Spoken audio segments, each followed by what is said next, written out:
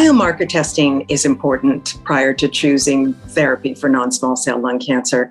What is this test and how long does it take to get results? That's a great question. So a biomarker is a biological molecule found in blood or other body fluids or tissues that is a sign of a normal or an abnormal process.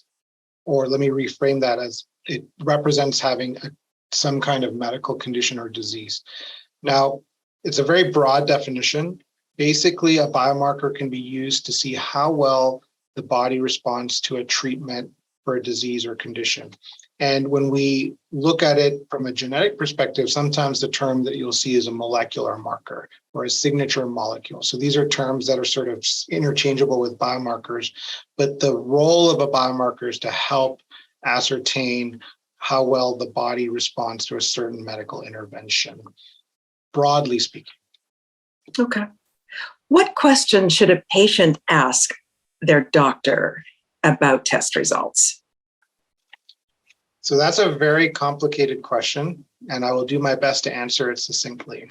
So my personal view is that for any test to be meaningful, it should impact medical decision-making in some very concrete way.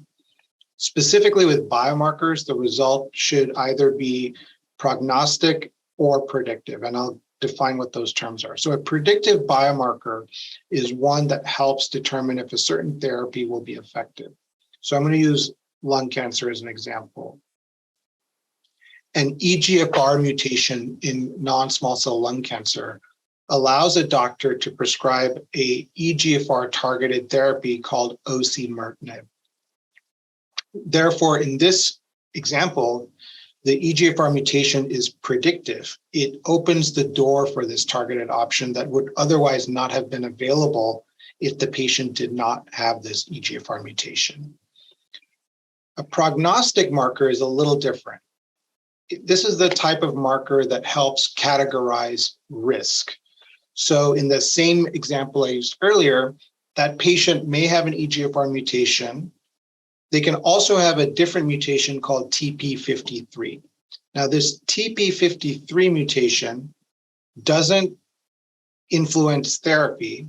It's not targetable, but it does influence risk. And so there's been a lot of emerging data to show that patients with TP53 mutations have worse outcomes on targeted therapies than patients without TP53.